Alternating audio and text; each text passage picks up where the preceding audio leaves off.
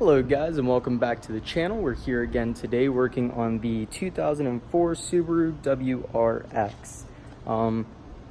It's been giving me a lot of trouble since last time I got to talk to you guys. Been really busy between work and college, so I haven't had a lot of time to document. But I'm gonna fill you in on what we've done and see if we can't get this thing figured out within the next couple days here. So let me also add, you guys, I had actually thought about the fact that this right here, where it comes off the fuel pressure regulator, this line being right over top of the turbo, I thought that maybe it would cause a little bit of vapor lock if it was getting too warm. So I went ahead and I ordered a turbo blanket, and I went ahead and wrapped the downpipe as well. That didn't seem to fix the issue. I'm kind of lost as to where to go next if these injectors don't work, except for maybe trying out a new computer, because I did do a vacuum leak as well vacuum test as well, and that came up pretty much useless. Everything was buttoned up nice and tidy. There was no smoke coming out of any other ports. So like I said, here we are trying to do the injectors. I have gotten the injectors in, but as you can see, this one right here is leaking. I've taken it off and put it back on a couple of times and try to get that cup to seat in there better. They do have all new seals and everything, as to the fact that they are new injectors. I'm not sure what's going on. I'm also having that similar issue on this side. You can't really see it that well. Maybe you can. You can see it's wet down in there a little bit. So, like I said, I'm just trying to narrow out some of what the problems may be and come to a conclusion of what my next step would be if the injectors themselves do not work. So the next step I took to try and resolve the issue that I seem to be having is I went ahead and replaced the IACV. What that is, the idle air control valve. It pretty much, for throttle body vehicles, it works as a choke on a carburetor in a way. It opens and closes according to what the computer states that it needs as far as airflow into the intake itself. After I put that on, it seemed to help a little bit with one of my issues, but it didn't resolve the big issue, which is not wanting to start when warm.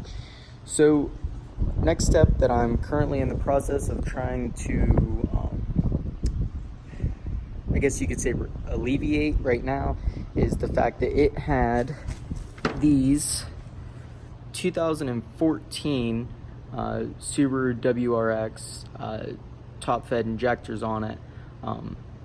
I'm thinking that after everything was done to this vehicle, they figured that this would be enough to suffice for fuel in the engine. What I'm thinking is that once it gets warm, it's not getting enough fuel. So I went ahead and I purchased these injector dynamic, you can see the D right there, injectors offline, and I'm going to go ahead and install them. They came with a plug and play pigtail on them right here. So we're gonna see if that'll do anything for me. All right, so as you guys already know, I've been trying to work on this thing and get it closer to being daily drivable. What we've found so far that I haven't gotten to document for you guys was that the fuel pump didn't fix it, which we were hoping it would. I put a new cam and crankshaft positioning sensor on it. Did an injector leak down test. Bunch of new parts. It still is doing the same thing. It actually has acquired the problem when it's cold now as well. So that's where we're at. All right, guys, just wanted to keep you guys updated. Came out here tonight and finished the injector install. Went ahead and went to the local auto parts store, picked up some injector seals. Even though the ones that were on it should have been just fine, for whatever reason they weren't working. So put new injector seals on all of the injectors, went ahead and popped them in. I finally did get them to quit leaking. So now we're just waiting about an hour because the injector on the back side was leaking and had pressure behind it, so it was spraying onto the turbo blanket. And last thing I want is for my car to catch on fire. So we're gonna wait for about an hour and a half, 2 hours, and I'm gonna come back out here, give it a start, and see if that'll fix some of my problems. I know it's gonna need a tune afterwards because I went from the stock injectors like I showed you guys before from a 2014 Subaru all the way up to some injector dynamic 1000cc injectors. So we're gonna hope that this might be the problem. It seemed to be helping whenever I was using a little bit of starting fluid, which I know I shouldn't. But we're gonna see how that goes and come back at you guys as soon as I start it. All right guys, as I had stated, I'm back here. It's been about an hour, hour and 20 minutes, somewhere in there. I'm back to start the car. This is a cold start. This will be the first attempt. I am going to place a short clip right here of what it was doing before.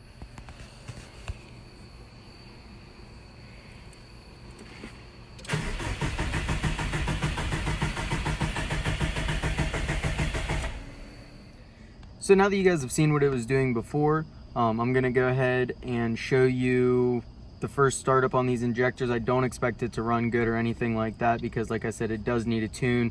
We're almost doubling in the injector size, but we'll see what it does. As you can see, temperature's cold, heard everything priming, and here goes the first start.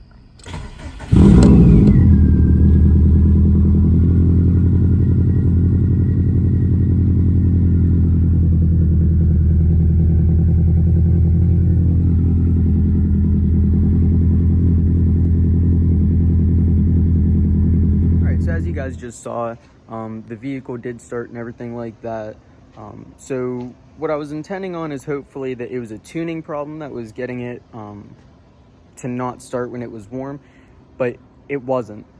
So after I got it running, everything like that, I went ahead and turned off the camera, took a little test drive, brought it back, shut it off, and whenever I shut it off, it again wouldn't start because it was warm. After a little bit of investigating, I feel very, very dumb, but I did find the problem.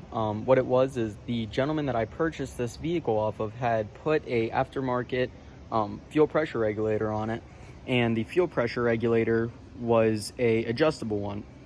So as they ship it in the mail, they have it maxed out for pressure. So it was pegged at about 140 psi of pressure.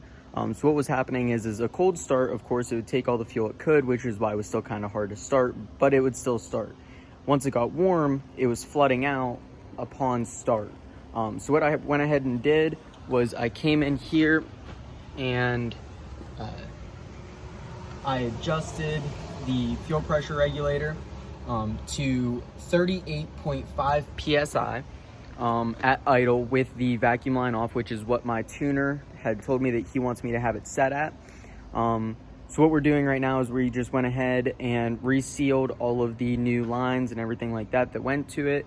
But I've been driving it for the past couple of days, and it seems like that fixed the problem. So only took me a couple of weeks, but it's okay. We all learn from our mistakes. But I'll keep you guys updated. Tune in next time, and we will be starting to do some more modifications to this car, hopefully finding out what kind of power we're putting down. And before long, it's almost winter. We'll have some good winter content for you guys. Thanks for tuning in.